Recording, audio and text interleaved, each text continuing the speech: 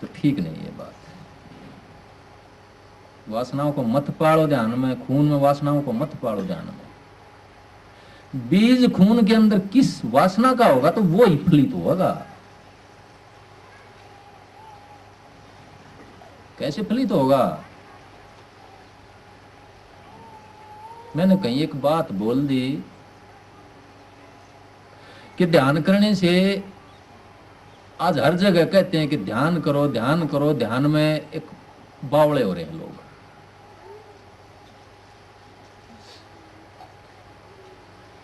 मैंने एक जगह बोल दिया कि ध्यान करने से विनाश भी हो सकता है।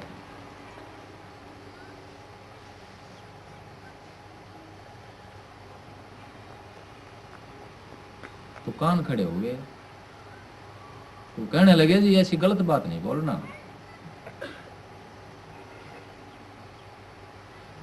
गवाही दो इस बात की।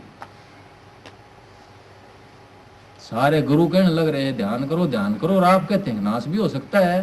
गवाही दो इस बात की, नहीं तो चुप हो जाओ।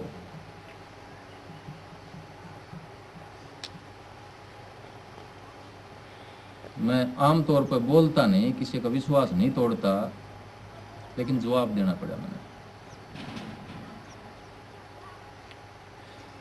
मैंने उससे पूछा कि भाई कई जगह होली बातें, एक बार नहीं पूछ लेते हैं फिर मेरे से कि आप ये इसका जवाब दो।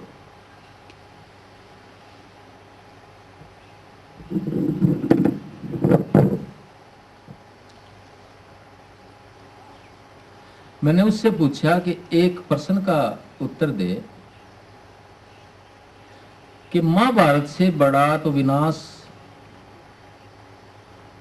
भारतीय इतिहास में तो नहीं होया होगा।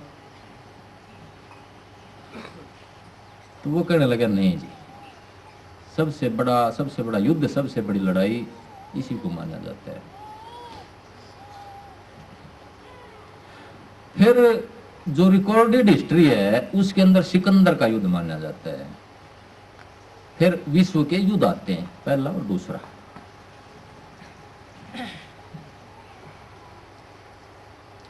तो मैंने उससे पूछा कि जो महाभारत का युद्ध था वो ध्यान का परिणाम था।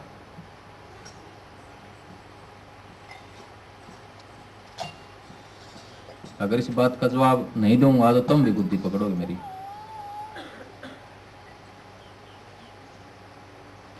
कि महाभारत का युद्ध ध्यान का परिणाम था। वो कहने लगे जी कैसे?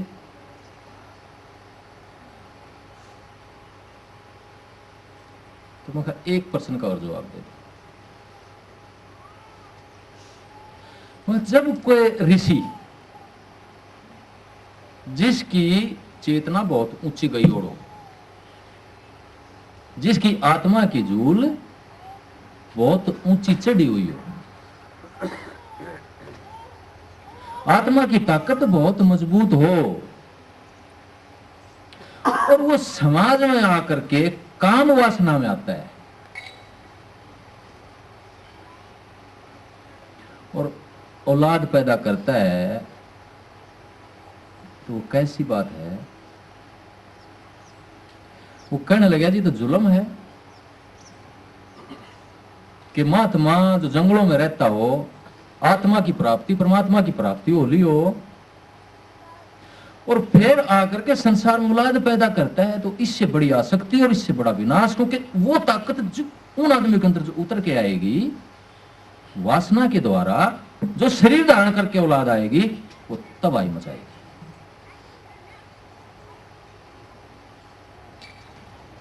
इसी तरह ऋषि व्यास महलों में आकर के औलाद पैदा करी गई है।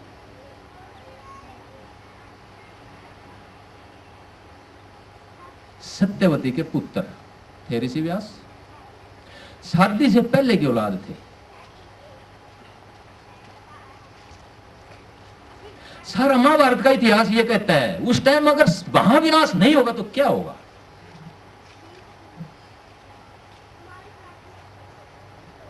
राज दरबार में दादा बैठा है, पोता बैठा है, बेटे बैठे हैं, ऋषि बैठे हैं, द्रोणाचार्य, कृपाचार्य, विद्या गुरु, शस्त्र गुरु। राजा बैठे हैं राज दरबार में, जुआ खेला जा रहा है। कैसा समाज था अंदाजा लगाओ आप।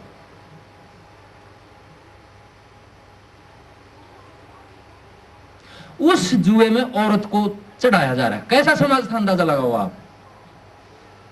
कहते हैं कि पहले बहुत बढ़िया टाइम था, होती हैं आज भी ये चीजें, लेकिन जब भी ऐसी चीजें होंगी महा विनाश होगा उस टाइम में।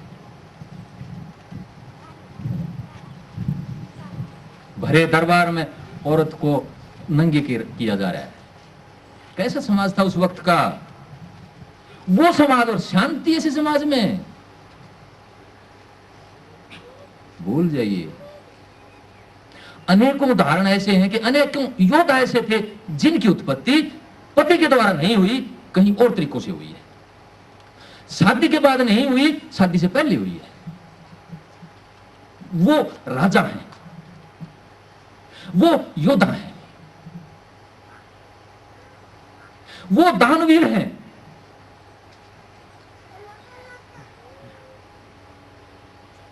तो जब ऋषि ध्यान की ऊंचाई पर चढ़ी हुई आत्मा आकर के महलों में आती है, निवास करती है, और महलों के राजाओं को अवतार घोषित इसी तरह किया जाता है। ये महात्मा ज्ञानी के धनी होते हैं, ज्ञान के धनी होते हैं। ये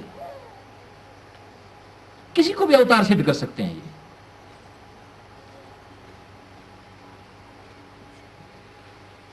श्री अरविंद कहते हैं कि अवतार वो होता है जिसके अंदर सारी कलाएं अवतरण हो जाती है, आत्मा के 18 मंडल खुल जाते हैं। तो 7 चक्कर उन्होंने कहे हैं, राधा स्वामी पंथ में उनको 18 चक्कर कहा गया है, जिनके वो खुल जाते, वो सतपुरुष का अवतार माना जाता है। लेकिन वो कहीं युद्ध नहीं करवाता, वो शांति देता है। वो युद्ध में नहीं फंसाता है, दूसरे को लड़वाता नहीं है, क्योंकि पापी के मारने से पाप खत्म नहीं हो सकता है। कुछ टाइम के लिए पाप को आप दबा सकते हैं, पाप खत्म नहीं हो सकता। इसलिए कहा गया है कि पापी को नहीं, पाप को खत्म करो। ये संत मार्ग ऐसा है कि पापी को नहीं मारता है, शांति से चलता है, दूसरों के दिलों पे राज करने के हिसाब से चलता है, त्याग के समर्पण के हिसाब से चलता है। ये तो मैंने एक प्रश्न उठाया था,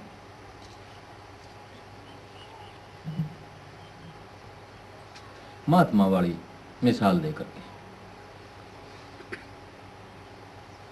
कि जब उस साधु का आचरण सही था, व्यवहार भी सही था, तो वहां जो भगत आता है वह खुश होता है। लेकिन जब साधु का आचरण सही है, वो बात सही नहीं करता है, आचरण सही नहीं है, और जो सेवा लेता है भगत उसको लूट करके अपने कोठे में धर लेता है, तो वहां मन के ऊपर संशय पैदा हो जाते हैं भगत के।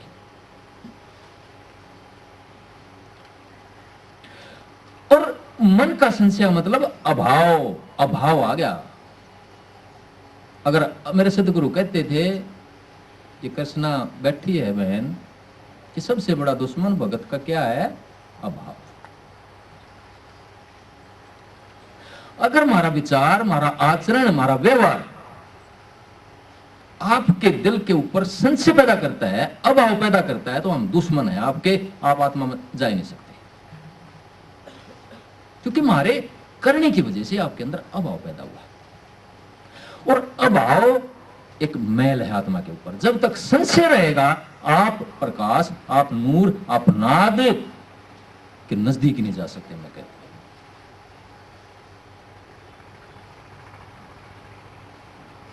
और अगर साधु का व्यवहार ऐसा है कि जो भी आता है वहां आते ही एक ही आवाज निकलती है कि यहां किसी से कुछ लिया ही नहीं जाता, आप झाड़ा लगवाना चले जाओ। मैं कला बताता हूं आपको, आज मैं झाड़ा लगाना लग जाऊं तो अड़ भीड़ की कोई वो नहीं रहा है।